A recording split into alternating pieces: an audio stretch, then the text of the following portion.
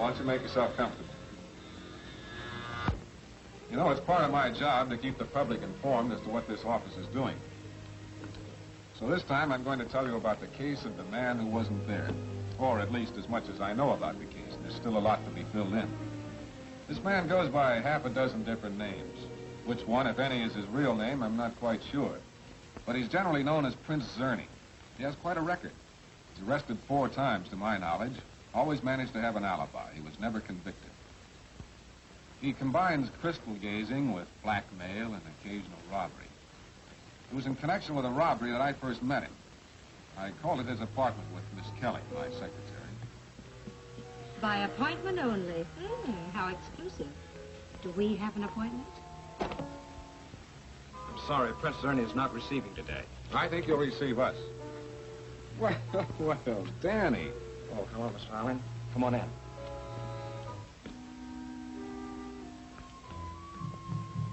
I've been wondering what happened to you, Danny, since your parole. But that outfit. Well, it's a living. Incidentally, Danny, what do you know about the Winfield robbery? I don't know anything, Mr. Allen. I'm operating strictly on the level. I'm tired of doing time. I'm glad to hear that, Danny. You're a young fellow and you've got a chance to make something of yourself. But tying up with a man like Zerny... Oh, you've got Zerny all wrong, Mr. Allen. Oh, I ain't saying I go for this occult stuff, generally speaking, but Zerny's different. He's no phony. He's really got something. Some sort of a power. I'll tell him you're here. Who's he? Danny Watson. He's a youngster that got a bad start, and I'm afraid is heading for the same kind of finish.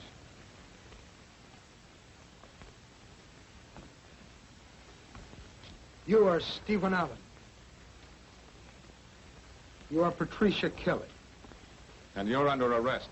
Yes, I know. Whenever the police require a victim, I'm immediately thought of. Well, what are the charges this time? I think you'll find everything in there.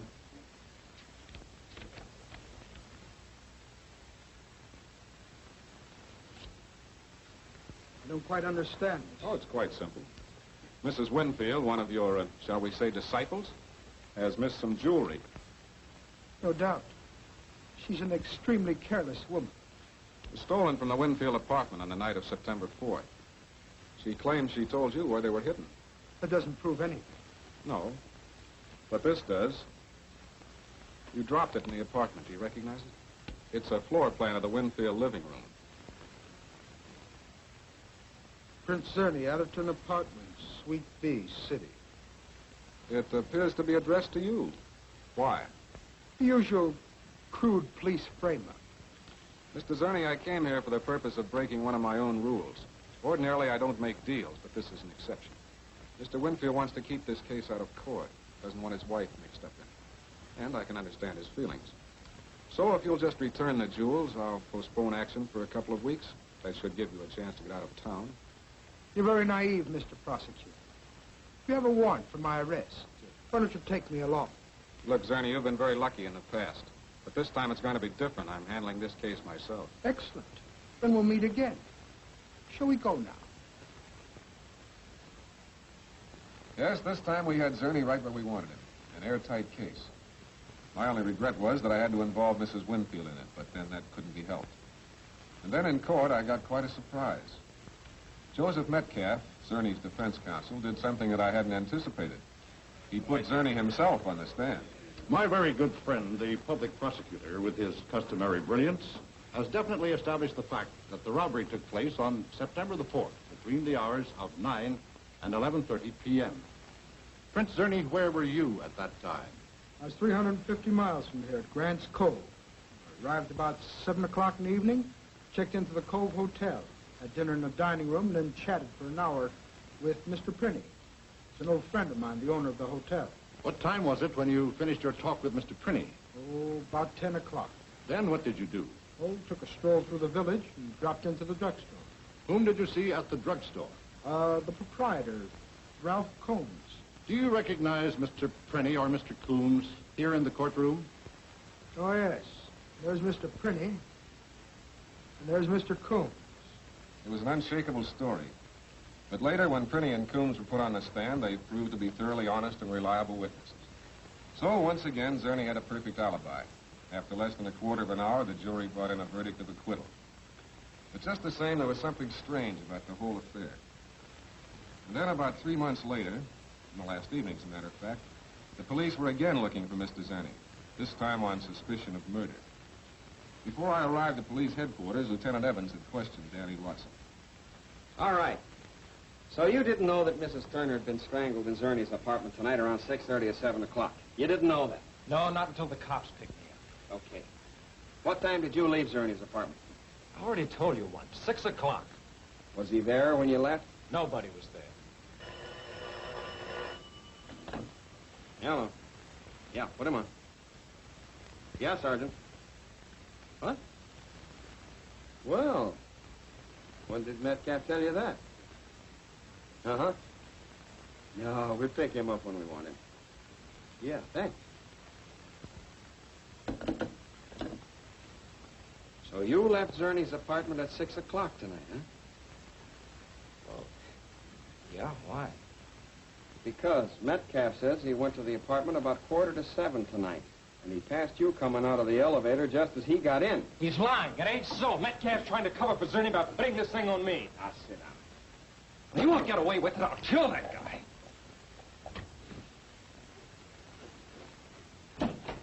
Well, what have you found out so far? You might have the murderer right here. According to Metcalf. Metcalf's trying to pin this thing on me. Oh, but with your nice, clean record, he won't have a chance, will he? All right.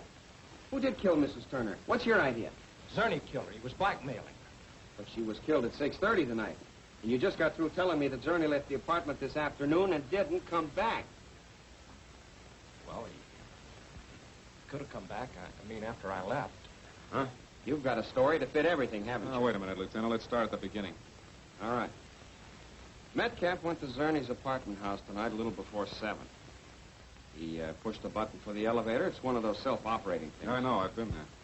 Well, anyway, when the elevator stopped, Watson here got out. Metcalf went on up, found the door to Zerny's apartment wide open, so he walked in. He found Mrs. Turner. She'd been strangled. Who notified the police? Metcalf did. He phoned right from the apartment. He was there when the police got there. There'd been some kind of a struggle. Metcalf discovered the murder, huh? Yeah. You know, I wonder if... No. He thinks too much of his own skin to get involved in a murder rap. Danny, what did Metcalf say to you when he met you at the elevator? I didn't see him. If he says he met me, he's trying to cover up something. What about this blackmail business? I don't know. I don't remember. That's a great memory. You can turn it on and turn it off. Danny, you're in kind of a tough spot. Because if it's true that Metcalf saw you... It's a lie. I left there at 6 o'clock. I'm telling you the truth, Mr. Allen.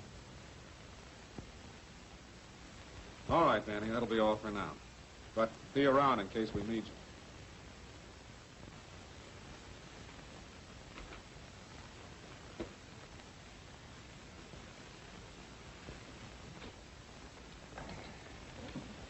That guy, with a record as long Yeah, as... I know all about his record.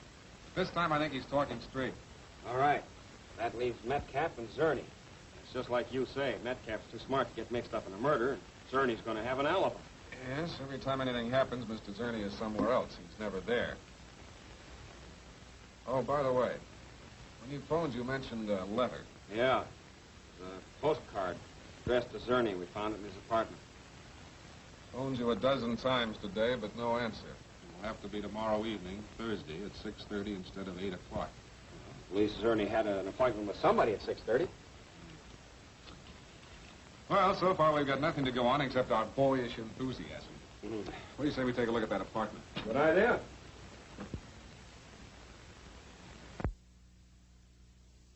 The boys finished in here?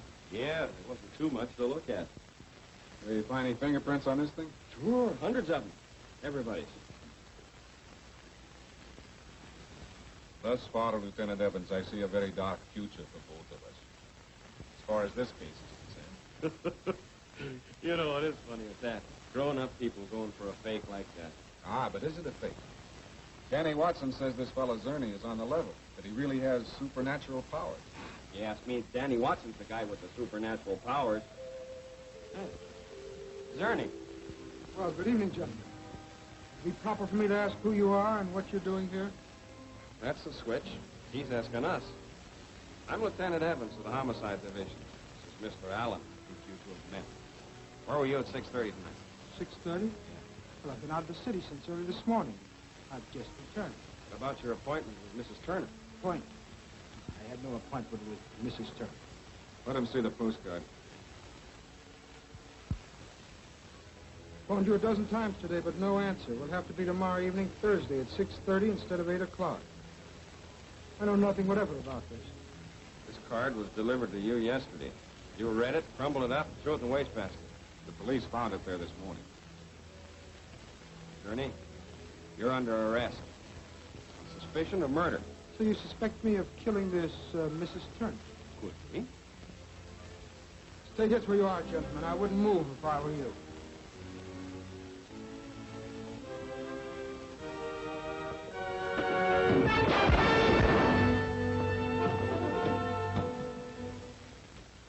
And so the man was dead.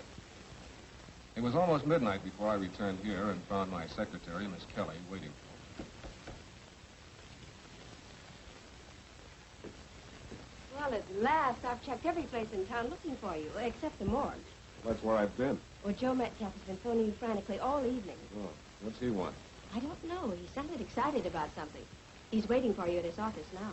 Well, he's probably heard that we were looking for Zerny, but that's all over now.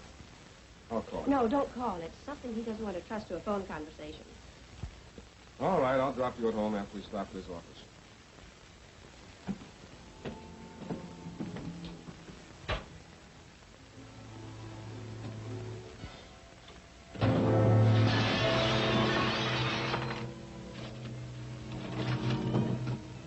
Pat! Metcalf? Yes. Looks like he's been strangled. I didn't do it, I tell you. He was dead when I got here. Here's something, Mr. Allen. Allen. M-O-S-T, 1432. So Metcalf was dead when you got here, huh? Why did you come here? I needed a little dough. I thought maybe I could make a touch. At midnight? Yeah, and that's the truth, so help me. I saw a light in Joe's window, so I knew he was still here, and I started running up the steps, and Zerny comes running down. Zerny? Yeah, Zerny. Zerny killed him. It does sound reasonable, Mr. Allen. Metcalf has been trying to get you all evening. He sounded very excited about something. Maybe he was going to tell you where Zerny was hiding out. Maybe he was. You don't know it, Pat, and apparently neither does Danny. But Zerny was shot at 10 o'clock this evening. He's dead.